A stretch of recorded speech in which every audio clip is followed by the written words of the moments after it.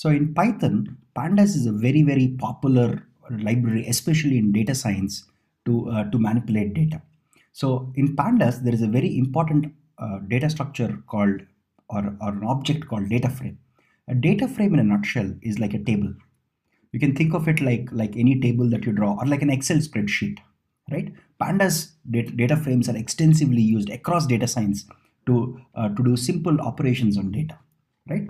So now what we'll do is we will load the data. So let's see some simple code. Here I'm importing pandas as PD, and in this folder I have a data set called weather underscore data.csv. Now CSV stands for comma separated values. Comma separated values. Now what does comma separated values mean? It means, imagine if I have a table like this. Imagine if I have a table like this, where my first row is A1, A2, A3, A4. My second row is B1, B2, B3, B4. My third row is C1, C2, C3, C4, so on and so forth. Now, when I store this table as a CSV, the way it is stored is as follows. I have A1 separated by a comma, A2 separated by a comma, A3 and A4. So my first row here becomes the first line in my file. And each of these columns are separated by a comma. That's why it's called a comma separated values. Each of them is a value, they're separated by a comma. Similarly, in my next line in my file, I have B1, B2, B3, B4. So this is my file. This is literally my file, my CSV file here, right? So CSV files are extensively used in data science to simply store data in a very easy to store format, right? Now in this folder, we have weather underscore data.csv, which has some data. Now, if I want to load the data that is there in the CSV file into a data frame, all I have to do is pandas.read CSV. It's literally one line of code. And now when I see the data here, I basically have 6 rows of data here, and I have 4 columns. The columns here are day, temperature, wind speed, and event, and I have 6 rows corresponding to 6 individual days. Now, this is one way. So here what we are doing here is we are taking a CSV file, and we are using pandas read CSV command, right? Read CSV function to read this into a data frame. There are other ways to construct data frames. For example, one such way, there are many ways to construct it. One such way is I can simply say, so what I have here, each of them is a tuple. Each of them here is a tuple, and I have a list of tuples because this shows a list, right? I have a list of tuples.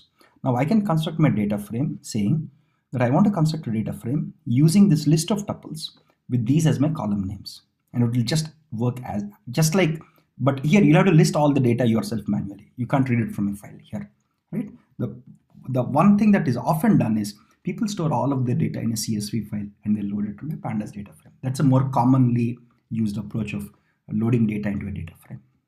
But you can also do it from a list of tuples. That's perfectly valid. Now the other important parameters of a data frame are, so if I say df.shape, it says that I have 6 rows and 4 columns. The other interesting function is df.head. So what head does is it prints the first few rows in your data. So here it's printing the top 5 rows, right? Similarly, there is a function called df.tail, which prints the last few rows in your data. And these are used, so your head and tail functions for a data frame. So those of you who have done Unix programming or Unix shell scripting will understand the functions head and tail, right? Head and tail are Unix commands literally, and data frames have borrowed the same terminology here. And these are often used to just look at the top few rows or the bottom few rows in your data. Now, the other interesting thing is, how do you slice your data?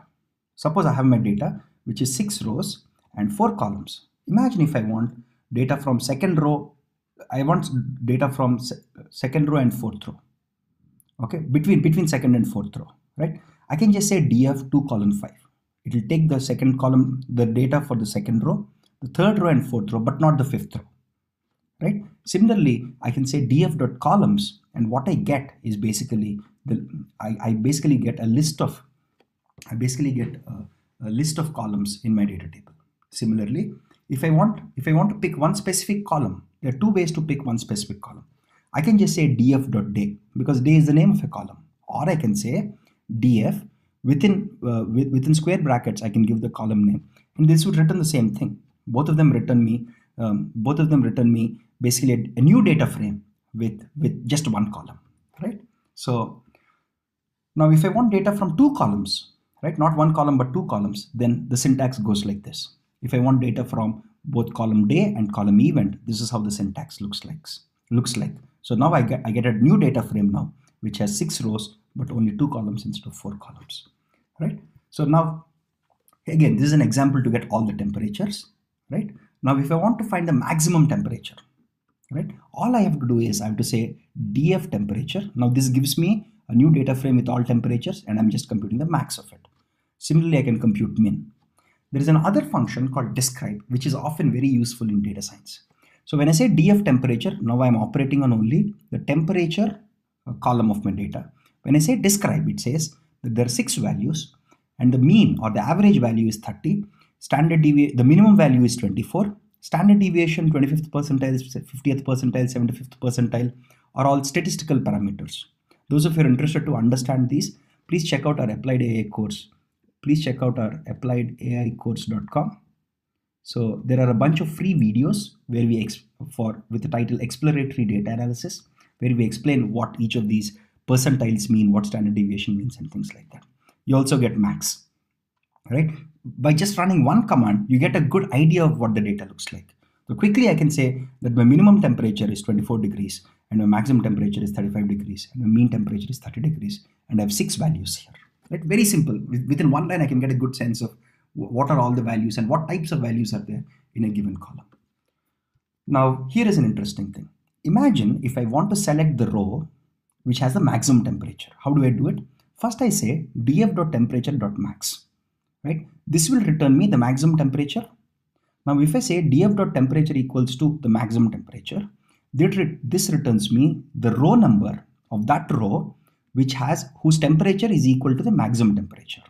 Now here I am saying df within square brackets. So this returns me the row with maximum temperature, right? So this is like, see, remember we are using df thrice here. Okay, this one we are using to compute the maximum temperature. This one to say which row has this maximum temperature, and now to get the actual row itself, right? Similarly, if I want to get only the day column of the row which has the maximum temperature. Now this gives me the maximum temperature value. This gives me the row with the maximum temperature. And for this row, I want to find only the day column, right? And this is how you do it. And you get the value that 1/2/2017 is the day on which I have maximum temperature. Now these are very, very elegant and simple operations that we can do to do some simple operations like this. And data frames are super popular nowadays. It's data frames, and Pandas specifically is something that most data scientists and machine learning engineers use extensively when they use Python. We use Pandas data frames extensively in this workshop. So and they're super popular. We'll see more code of using data frames in our actual workshop code itself.